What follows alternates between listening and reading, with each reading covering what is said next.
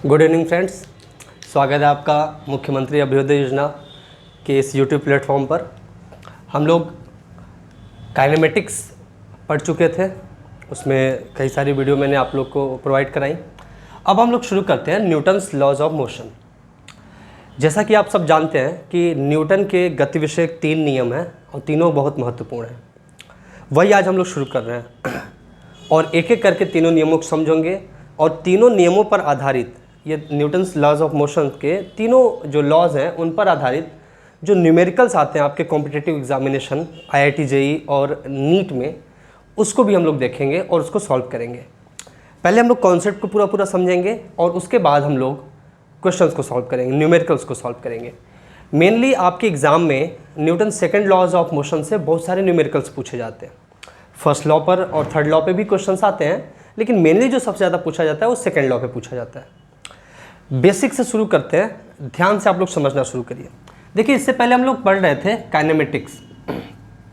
इससे पहले हम लोग काइनेमेटिक्स पढ़ रहे थे। अब काइनेमेटिक्स मेनली ये किसी भी एक मोशन के इफ़ेक्ट को बताता है कि कोई एक मोशन हो रहा है तो उसमें वेलोसिटी चेंज कैसे हो गई, उसमें वेलोसिटी कितनी चेंज हुई या वेलोसिटी कहाँ से कहाँ हो गई, डिस्प्लेसमेंट क्या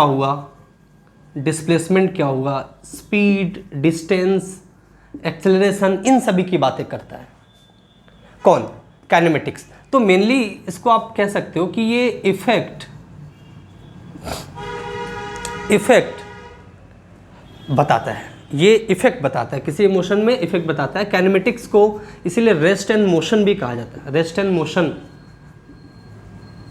की तरीके से भी देखा जाता है। तो कोई भी बॉडी रेस्ट में है, कोई बॉडी मोशन में है, और मोशन में है तो उसकी ये सब जो फिजिकल क्वांटिटीज़ हैं कैसे चेंज हो रही हैं, क्या चेंज हो रही हैं, ये सब हम लोग मेनली काइनेमेटिक्स में पढ़ते हैं। लेकिन कोई भी मोशन है, उस मोशन में वो मोशन हो क्यों रहा है, वो मोशन हो क्यों रहा है कि सपोज करो ऐसे, अब सपोज ऐसे करो कि मान लो ये कोई एक बॉडी है और इसकी वेलोसिटी v है। u मैंने लिख दिया, मान लो v वेलोसिटी है, ठीक है, v वेलोसिटी है, और कुछ समय बाद इसकी वेलोसिटी चेंज हो गई, v हो गई, वेलोसिटी चेंज हो गई। यहाँ पर स्टेट भी चेंज हुआ है, इस बॉडी का स्टेट चेंज हो गया। इस बॉडी की वेलोसिटी और स्टेट चेंज हुआ क्यों? कॉज क्या है, कारण क्या है, क्या कॉज है इस चेंज का? तो ये चेंज हुआ है बिकॉज ऑफ फोर्स। या फोर्स के कारण इस बॉडी के velocity as well as state में चेंज देखने को मिल रहा है। तो मेनली जब हम कॉज पढ़ते हैं, किसी मोशन का कॉज पढ़ते हैं, तो वो कॉज जो कि फोर्स होता है वो होता है डायनेमिक्स।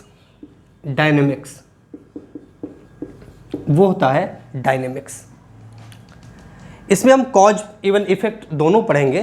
तो अब हम लोग मेनली किसी भी मोशन के कॉज को पढ़ने चल रहे हैं, और मोशन का कॉज क्या हो गया? फोर्स, बल। मोशन का कॉज क्या हो गया? बल। अब अगर फोर्स देखो आप, तो फोर्स तो कई तरीके के होते हैं। फोर्स की बेसिक डेफिनेशन आप लोगों ने अपनी बेसिक कक्षाओं में पढ़ी होंगी, 9th में पढ़ते आप लोग अच्छे से फोर्स के डेफिनेशन के बारे में। तो फोर्स क्या करता है? किसी बॉडी के स्टेट को चेंज कर देता है, या उसके स्टेट ऑफ मोशन को चेंज कर देता है, या मोशन के डायरेक्शन को भी चेंज कर देता है, ठीक है। फोर्स आप मेनली देखो तो मेनली फोर्स आपके मतलब बहुत सारे तरीके के फोर्स होते हैं। आपने सुना भी होगा, जैसे nuclear force, gravitational force, magnetic force, ठीक है। There are n number of forces, बहुत प्रकार के फोर्स होते हैं। लेकिन मेनली जो हम लोग इस टॉपिक के अंतर्गत पढ़ने चल रहे हैं, 2 तरीके के, एक कॉन्टैक्ट फोर्स और non contact force. Non contact force में एक जो बहुत अच्छा उदाहरण है उसका ग्रेविटेशनल फोर्स। ग्रेविटेशनल फोर्स कैसा है? Non contact force, non contact force. और कॉन्टैक्ट फोर्स में देखें हम लोग, तो हम लोग जो जो पढ़ने चल रहे हैं, एक तो उसमें पढ़ेंगे हम लोग टेंशन, एक पढ़ेंगे नॉर्मल रिएक्शन, नॉर्मल रिएक्शन, ठीक है। स्प्रिंग फोर्स, स्प्रिंग देखेंगे हम लोग साथ ही साथ फ्रिक्शन को भी देखेंगे, फ्रिक्शन, ठीक। तो ये सब कांटेक्ट फोर्सेस हैं, tension, normal reaction, spring force, friction, ये सब कांटेक्ट फोर्स है। किसी न किसी सरफेस से कांटेक्ट रहता है, किसी न किसी पॉइंट से कांटेक्ट रहता है, तो ये कांटेक्ट फोर्सेस है, ठीक है। अब मैं आपको पहले तो इन सब के बारे में थोड़ा रूबरू करा देता हूँ, मेनली टेंशन और नॉर्मल फोर्स के बारे में।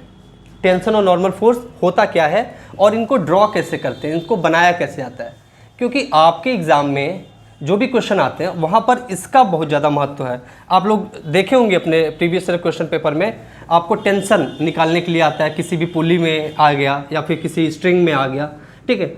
आपको नॉर्मल रिएक्शन पूछा जाता है, नॉर्मल रिएक्शन क्या होता है ये देखने को कहा जाता है, डायरेक्शन उसका जानते हो आप, वो भी पूछा जाता है। तो मेनली अभी हम लोग टेंशन और नॉर्मल फोर्स के बारे में चर्चा करने चल रहे हैं। टेंशन और नॉर्मल फोर्स के बारे में चर्चा करने चल रहे हैं। नॉर्मल फोर्स मतलब नॉर्मल रिएक्शन। तो मेनली पहले हम लोग चर्चा करते हैं नॉर्मल रिएक्शन पर। क्या होता है normal reaction?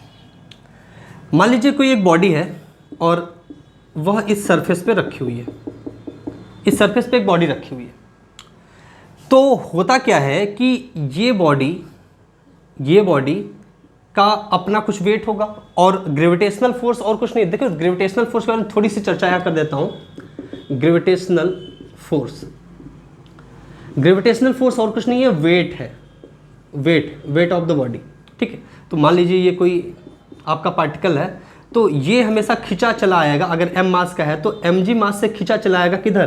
Towards the centre of the earth, towards the centre of the अर्थ। तो हमेशा नीचे, जैसे मान लो यहाँ पर एक बॉडी है तो ये towards the centre of the अर्थ, ठीक है।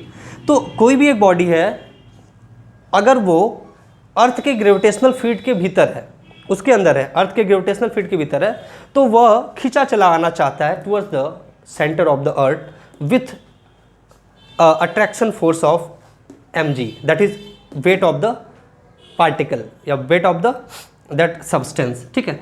तो वो नीचे चला आना चाहता है, ठीक है। तो ये ग्रेविटेशनल फोर्स और कुछ नहीं, वेट है। और ये नॉन कॉन्टैक्ट फोर्स होता है, जैसा कि मैंने बताया आपको एक फॉर्मूला और, F बराबर G m1 m2 by r square, ये भी हम पढ़ाएंगे अभी आपको, इस पर बृहद चर्चा करेंगे। ये क्या होता है कि दो बॉडी अगर m1 m2 मास की हैं, उनके बीच की दूरी r है, तो उसके लिए ग्रेविटेशनल फोर्स का फॉर्मूला ये बनता है।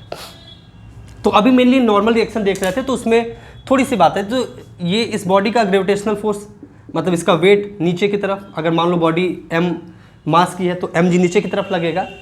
अब बॉडी अगर नीचे की तरफ mg वेट लग रही है, तो अब ये जो जिस सरफेस पर रखी हुई है, ये सरफेस इस बॉडी पर भी कोई फोर्स लगाएगा, और वही फोर्स होता है आपका नॉर्मल रिएक्शन, वही फोर्स होता है आपका नॉर्मल रिएक्शन। उसको हम लोग कैपिटल N से डिनोट करते हैं, कैपिटल N से डिनोट करते हैं। ये सरफेस इस बॉडी पर अपवर्ड डायरेक्शन में ना, अपवर्ड डायरेक्शन में, ठीक है, क्या फोर्स लगा रही है? नॉर्मल रिएक्शन, और वो N है। तो जो नॉर्मल रिएक्शन की डायरेक्शन होती है, डायरेक्शन ये हमेशा होती है perpendicular to the surface, to the surface, या हम लोग कह सकते हैं कि perpendicular to the point of contact. Point of contact जहाँ है वहाँ से परपेंडिकुलर होगी, perpendicular to the point of contact, या perpendicular to the surface, surface से लंबवत होगी। ये डायरेक्शन होगी किसी भी नॉर्मल रिएक्शन की। अब अगर हम बात करें टेंशन के बारे में कि टेंशन को कैसे बनाएंगे, टेंशन को कैसे ड्रॉ करेंगे, बहुत बच्चे कंफ्यूज रहते हैं कि टेंशन को सर ड्रॉ कैसे किया जाता है। आज आपकी कन्फ्यूजन को हम दूर करते हैं और देखते हैं कि टेंशन को कैसे ड्रॉ करेंगे। आइए सीखते हैं, आसानी से सीख जाएंगे। और जितने भी क्वेश्चन इस पर आधारित है हम लोग क्वेश्चन भी सॉल्व करके देखेंगे। आपको फिर भी कोई डाउट होगा तो आप कमेंट सेक्शन में पूछ सकते हैं। देखिए, आपको टेंशन बताना है। जैसे मान लीजिए टेंशन मेनली आप कहाँ देखते हो, किसी रोप में, किसी रॉड में, किसी स्ट्रिंग में, वहाँ टेंशन देखने को मिलता है। तो मान लो ये कोई रिजिड यहाँ पर ये इस तरीके का है और इसमें एक मान लो स्ट्रिंग इस तरीके से लगी है और इसमें एक कोई मास m लटका दिया गया, लटक रहा है। तो ये मास नीचे की तरफ mg वेट, ग्रेविटेशनल फोर्स, इसका जो बॉडी वेट है वो नीचे की तरफ वर्क करेगा और इस स्ट्रिंग में अपवर्ड डायरेक्शन में टेंशन होगा। क्या होगा? टेंशन। अब टेंशन की जो डायरेक्शन होती है ना, direction of tension, direction of tension, बच्चों को यही तनाव देता है। टेंशन की जो डायरेक्शन है यही परेशान करता है।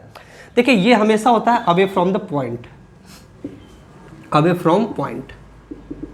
जिस पॉइंट पर आप टेंशन जिस पॉइंट या जिस बॉडी के लिए टेंशन बनाना चाह रहे हो, जिस पॉइंट पर टेंशन बनाना चाहते हो उससे दूर। तो यहां पर आप देखना चाहते हो तो इससे दूर, अवे फ्रॉम द पॉइंट, ये टेंशन होता है। और एक बात और आप यहां पर जान लीजिए कि अगर रस्सी सेम है, स्ट्रिंग सेम है तो टेंशन सेम होगा और जैसे ही स्ट्रिंग चेंज हुई टेंशन भी चेंज हो जाएगी।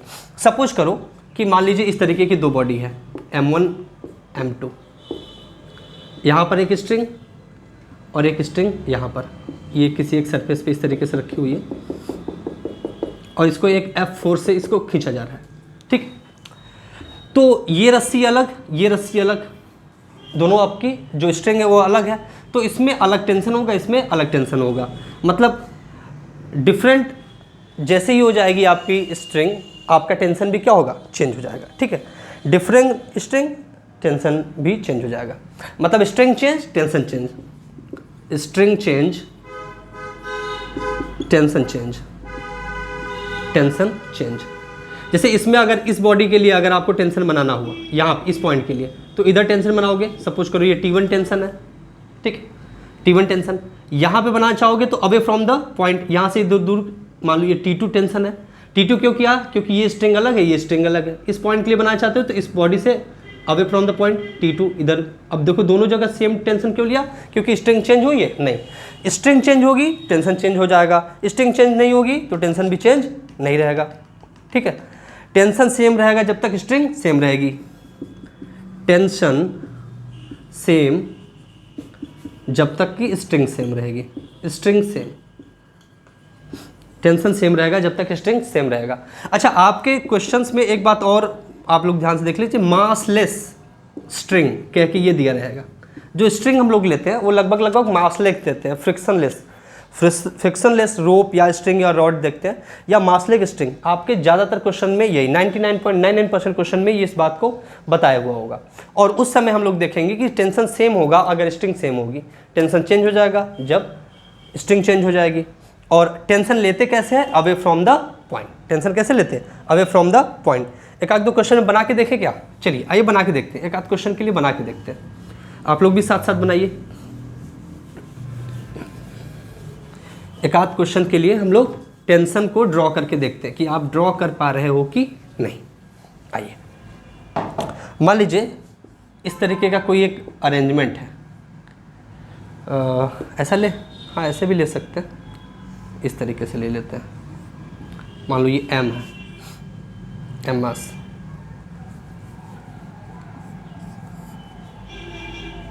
ये U, ये M मास का एक कोई एक बॉडी है। ठीक है, इस तरीके का अरेंजमेंट है आपका। आपको दोनों स्ट्रिंग में टेंशन बताना है, दोनों स्ट्रिंग में आपको टेंशन ड्रॉ करना है। ड्रॉ कर लेंगे, देखिए ड्रॉ करते हैं। इसका वेट नीचे की तरफ लगेगा, ये नहीं भी बनाए कोई दिक्कत नहीं है। अगर इस पॉइंट पे आप टेंशन बनाना चाहते हो तो अवे फ्रॉम द बॉडी इधर हो जाएगा। मान लो अगर ये T1 तो ये T1 हो जाएगा। इस पॉइंट पे टेंशन बनाना चाहते हो अवे फ्रॉम द पॉइंट, ये पॉइंट से अवे रहेगा तो इधर हो जाएगा T1। अब चूंकि स्ट्रिंग सेम है तो दोनों तरफ आपका दोनों जो आपके टेंशन है वो भी क्या होंगे, सेम होंगे। इस पॉइंट बनाना चाहते हो तो अवे फ्रॉम द बॉडी, ये T2, क्यों, क्योंकि स्ट्रिंग चेंज हो गई। यहाँ पर बनाना चाहते हो away from the point T2, आपका इस तरीके से टेंशन आपने ड्रॉ कर लिया। ठीक, तो टेंशन ड्रॉ करना मैं आपको सिखा रहा था। ठीक है, आशा करता हूँ आपको समझ में आ रहा होगा। और जहाँ पर भी कोई दिक्कत हो प्लीज़ आप लोग कमेंट में क्वेश्चंस पूछ लीजिए, जहाँ भी कुछ दिक्कत हो कमेंट में क्वेश्चन पूछिए। चलिए आगे बढ़ते हैं हम लोग, और अब हम लोग देखते हैं नेक्स्ट पॉइंट को डिस्कस करते हैं। और ये बहुत ही बेहतरीन पॉइंट है, that is free body diagram. Free body diagram, free body diagram, free body diagram, short form में FBD बोलते हो आप सब इसको, फ्री बॉडी डायग्राम। देखो फ्री बॉडी डायग्राम करने के लिए कुछ प्योर अजम्पशंस, बेसिक अजम्पशन। पहला तो ये कि हम लोग बॉडी को पॉइंट मास एज्यूम कर लेते हैं। बॉडी जो है उसको पॉइंट मास अज्यूम करते हैं, ये हमारा एक बेसिक सा अजम्पशन है और ये हमेशा अज्यूम हम लोग करेंगे। दूसरी जो बात होती है कि हम लोग बॉडी पर लगने वाले फोर्सेस को दिखाते हैं, न कि बॉडी के द्वारा अप्लाई फोर्सेस को दिखाते हैं। तो we will show all the forces acting on the body, all forces acting on the body, ये हम लोग ड्रॉ करते हैं। और नेक्स्ट है, हमें जो चाहिए होता है इसके लिए एक रेफरेंस फ्रेम चाहिए होता है। ठीक है, रेफरेंस फ्रेम, या आप कह सकते हो कि एक ऑब्जर्वर चाहिए होता है, जिसे आप इनर्शियल फ्रेम भी आप लोगों ने नाम सुना होगा। ठीक है, तो नेक्स्ट हमें चाहिए रेफरेंस फ्रेम या ऑब्जर्वर। ठीक है, ये हमें चाहिए होता है। और फिर हम लोग फ्री बॉडी डायग्राम बनाते हैं। ठीक है, जैसे एक बेसिक सा स्ट्रक्चर आपको मैं दिखाता हूँ। मान लो ये कोई एक सरफेस है, इस पर एक बॉडी मास m रखी हुई है, इसका फ्री बॉडी डायग्राम आपको बनाना है। अच्छा, फ्री बॉडी डायग्राम बनाने से पहले इसीलिए मैंने नॉर्मल रिएक्शन और टेंशन के बारे में कुछ थोड़ी चर्चा कर ली, कि जिससे हम लोग क्वेश्चन पे अप्लाई करके फ्री बॉडी डायग्राम बना पाए। ठीक है, आइए इसका फ्री बॉडी डायग्राम बनाना है। तो फ्री बॉडी डायग्राम बनाने के लिए बॉडी को पॉइंट मास मान लेते हैं, इस बॉडी को हमने पॉइंट मास मान लिया। ठीक है, अब इस बॉडी पर कौन कौन से फोर्स लग रहे हैं वो देखिए। एक फोर्स तो परपेंडिकुलर डाउनवर्ड वर्टिकल, मतलब आपका नीचे की तरफ mg, इसका वेट। दूसरा, इस बॉडी पर इस सरफेस के द्वारा एक नॉर्मल रिएक्शन लग रहा है ऊपर की तरफ, इस तरीके से नॉर्मल रिएक्शन। ये दो ही फोर्स अप्लाई हो रहे हैं इस पर। ठीक है, अब इसमें गड़बड़ ये नहीं करना है कि जो भी आपको फोर्स दिखाना है फ्री बॉडी डायग्राम में, वो इस बॉडी पर कौन कौन से फोर्स एक्ट कर रहे हैं वो दिखाना है। तो इस बॉडी में फोर्स एक नीचे परपेंडिकुलर डाउनवर्ड mg, अपवर्ड इस सरफेस के द्वारा इस बॉडी पे जो लग रहा है नॉर्मल रिएक्शन n। ठीक, इस बॉडी के लिए हमने बनाया। सपोज करो इस स्लैब के लिए, इंक्लाइंड स्लैब, आप लोग देखोगे अभी आगे क्वेश्चन भी इस पर हम लोग करेंगे। ये m मॉस की बॉडी है और इसका फ्री बॉडी डायग्राम बनाना है आपको। तो आप इस पॉइंट को, हमने बॉडी को क्या कर लिया, पॉइंट मास एज्यूम कर लिया। अब इस बॉडी पर एक परपेंडिकुलर डाउनवर्ड mg फोर्स लगेगा और इस सरफेस के कारण इस पर नॉर्मल रिएक्शन इस डायरेक्शन में लगेगा, मान लो कैपिटल M। तो ये बॉडी मास इधर नीचे, वेट mg, और इस डायरेक्शन में आपका नॉर्मल रिएक्शन। तो इस डायग्राम के लिए ये आपका FBD हो गया। समझ पा रहे हैं? चलिए थोड़ा सा और अच्छा लेते हैं, एक पुली वाला लेते हैं और उसकी भी FBD बनाने की कोशिश करते हैं। पुली लेकर उसका FBD बनाने की कोशिश करते हैं। आइए देखते हैं। मान लीजिए ये पुली इस तरीके से,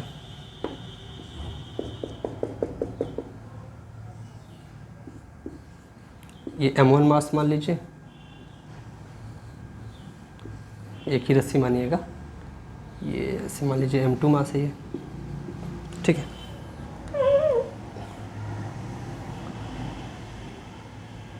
M1 M2। अब इसमें हमें यहाँ यहाँ यहाँ टेंशन इसमें इसमें और इसमें टेंशन भी दिखाना है और फ्री बॉडी डायग्राम बनाना है। अब फ्री बॉडी डायग्राम एक तो हम पुली का बनाएंगे, एक M1 मास के लिए, एक M2 मास के लिए। चलिए M1 मास के लिए एज्यूम करके बनाते हैं। M1 मास, ये M1 मास के लिए हम फ्री बॉडी डायग्राम बना रहे हैं। तो नीचे की तरफ M1 × G, ये वेट इसका, ऊपर की तरफ इसमें देखो ये M1 × G, ये इसका तो वेट आ गया। ऊपर की तरफ इसमें अगर टेंशन देखोगे इस स्ट्रिंग में तो हमेशा अवे फ्रॉम द पॉइंट ऊपर की तरफ, मान लो ये T1 लग रहा है टेंशन, तो ऊपर की तरफ T1 टेंशन लग गया। इसके अलावा कुछ इस बॉडी पे कोई फोर्स एक्ट कर रहा है नहीं, तो ये हो गया इसका।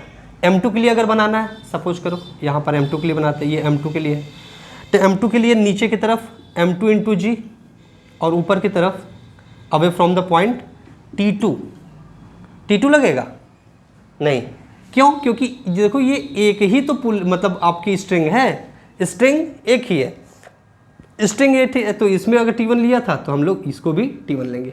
तो नीचे की तरफ M2 × G इसका वेट और ऊपर की तरफ T1, ऊपर की तरफ T1, ये क्या है आपका T1 टेंशन है, ठीक है। दोनों फोर्स इसमें हमने दिखा दिए जो कि M2 पर एक्ट कर रहे हैं।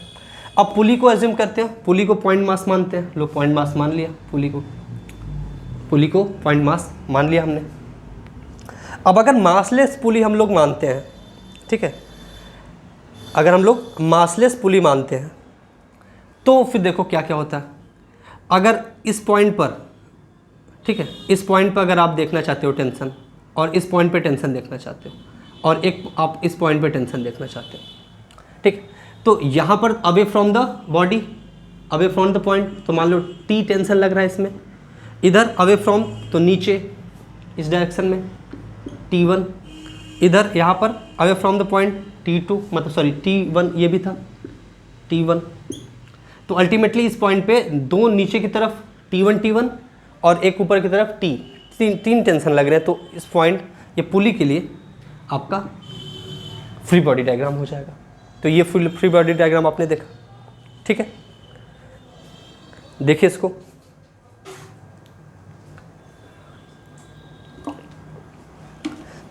अब हम लोग चलते हैं Newton's first law of motion पर। न्यूटन के पहले नियम को देखते हैं, न्यूटन के पहले नियम को समझते हैं। Newton first law of motion, Newton's first law of motion, Newton's first law of motion, heading डाल लीजिए, Newton first law of motion, ठीक है, Newton first law of motion, ठीक है। फर्स्ट लॉ, न्यूटन साहब का पहला नियम, if all the forces acting on a body, या फिर if the resultant of all the forces acting on a body is zero, F net zero है। F net क्या है? जीरो है। किसी बॉडी पर लगने वाले सभी बलों का जो परिणामी बल है वो क्या है? शून्य। F net जीरो है तो उस पर उसका नेट एक्सेलरेशन भी जीरो होगा, नेट एक्सेलरेशन भी जीरो होगा। अगर फोर्सेस जितने भी लग रहे हैं, मान लो बहुत सारे फोर्सेस लग रहे हैं, F1 F2 F3 dot dot dot कितनी भी लगा दो, लेकिन इनका जो नेट है वो जीरो है, नेट रिजल्टेंट जीरो है। फोर्सेस वेक्टर होते हैं, जीरो है तो उस बॉडी में कोई एक्सेलरेशन डेवलप होगा ही नहीं, अर्थात बॉडी का में कोई चेंज नहीं होगी, नो स्टेट चेंज, बॉडी की स्टेट चेंज नहीं होगी, no change in state of body, no change in state, कोई चेंज नहीं होगा। अच्छा, स्टेट चेंज नहीं होगा तो अगर बॉडी रेस्ट में रही होगी तो रेस्ट में रहेगी, और अगर बॉडी मोशन में रही होगी तो मोशन में रहेगी। और जब मोशन की बात कर रहा हूँ, मोशन में रहने का, तो ये है with constant velocity, with constant velocity, with constant velocity.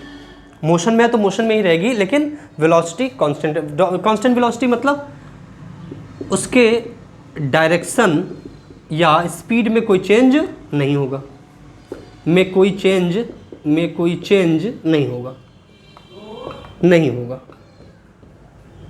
नहीं होगा, ठीक है। मतलब यदि कोई बॉडी पर, किसी बॉडी पर लगने वाले सभी फोर्सेस का रिजल्टेंट जीरो हो तो उस बॉडी में कोई एक्सेलरेशन नहीं होगा। एक्सेलरेशन नहीं होगा तो उसमें स्टेट चेंज नहीं होगा उस बॉडी का। अल्टीमेटली आप कह सकते हो कि बॉडी अगर रेस्ट में है तो रेस्ट में रहेगी, मोशन में है तो मोशन में रहेगी, और मोशन में कैसे रहेगी? With constant velocity.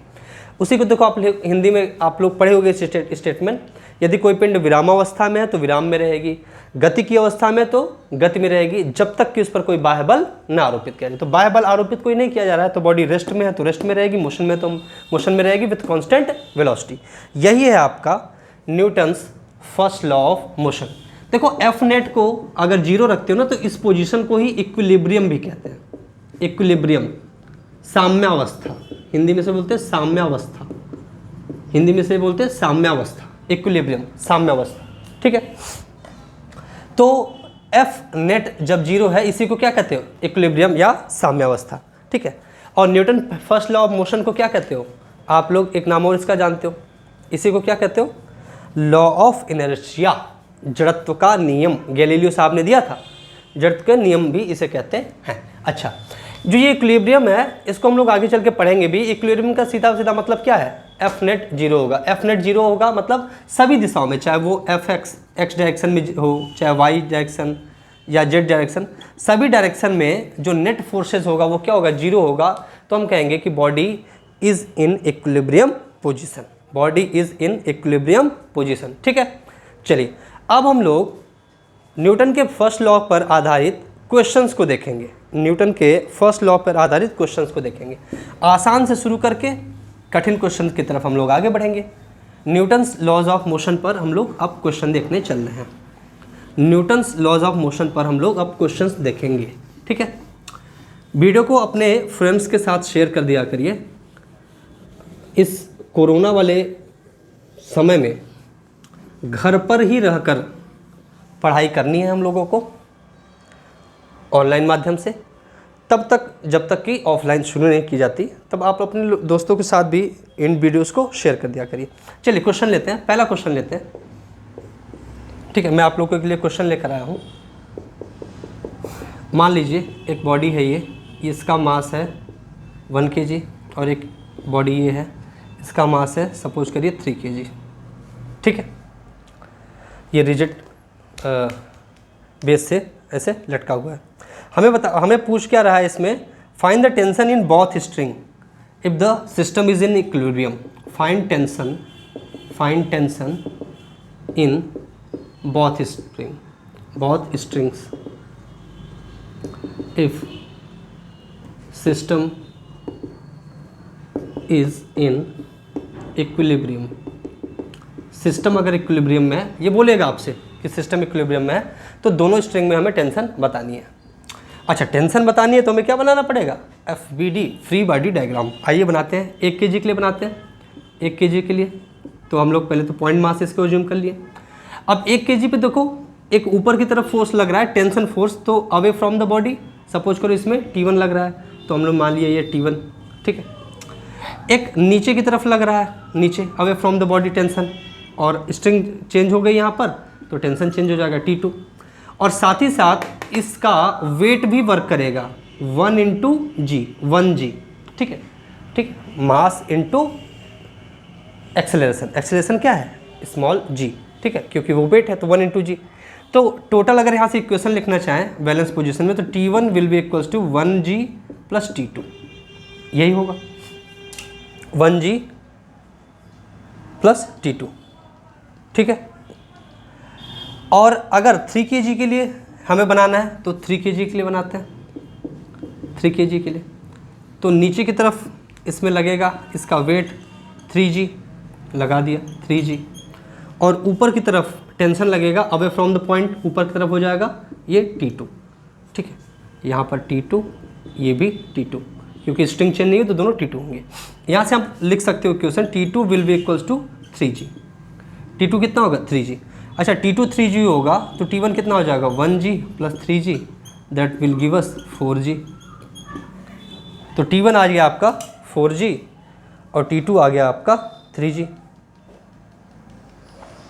ठीक है,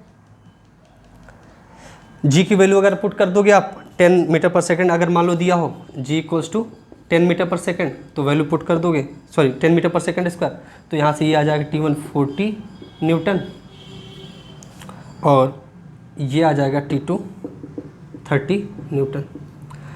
तो T2 जो आपका लगेगा कम लगेगा और T1 ज़्यादा होगा टेंशन, ठीक है। T2 आपका टेंशन 30 है, इस वाले रूप में जो स्ट्रिंग में टेंशन है वो 30 न्यूटन का है, और ऊपर वाले में पहले में जो न्यूटन आपका टेंशन है वो 40 न्यूटन ज़्यादा है, ऑब्वियसली आप समझ रहे हो, ठीक है।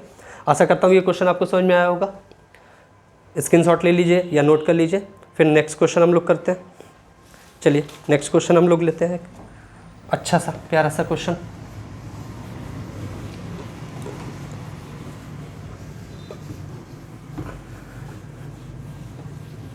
नेक्स्ट क्वेश्चन लेते हैं।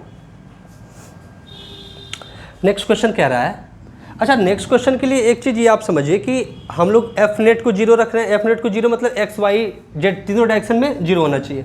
तो पहले आप अरेंजमेंट देखिए नेक्स्ट क्वेश्चन का, इस तरीके से कुछ है।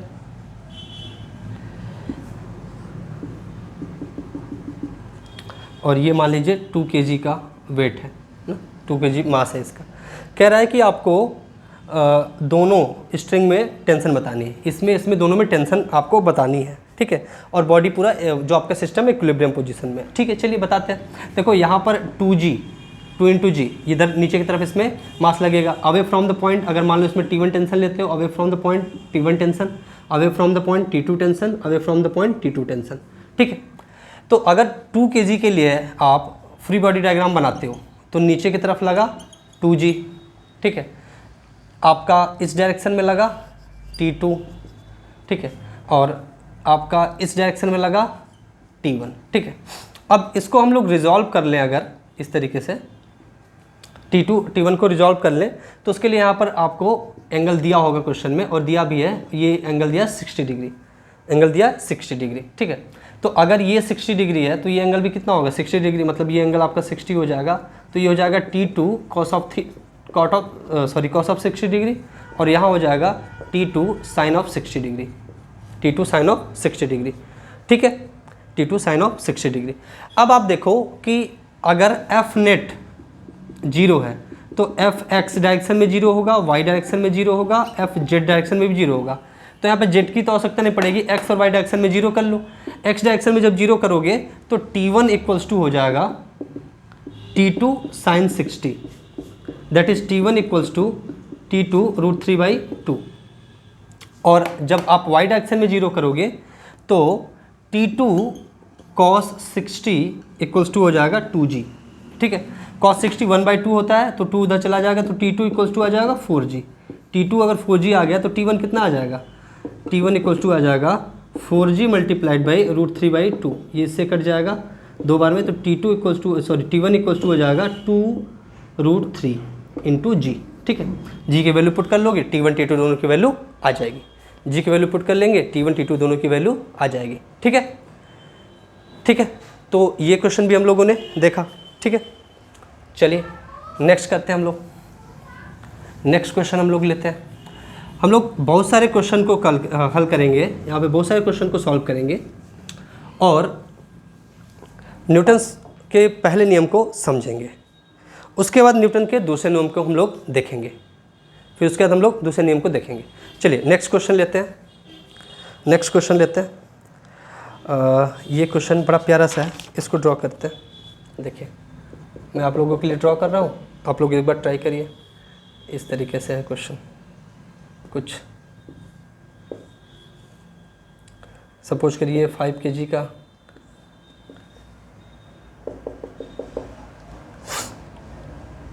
इस तरीके से ये एंगल दिए हैं, ये 30 डिग्री, ये 60 डिग्री। आपको इन दोनों स्ट्रिंग में टेंशन बतानी है, आपको इन दोनों स्ट्रिंग में टेंशन बतानी है, ठीक है। चलिए टेंशन निकालिए, अगली वीडियो में हम लोग इसको निकालेंगे, ठीक है। अगली वीडियो में हम लोग इसको निकालेंगे।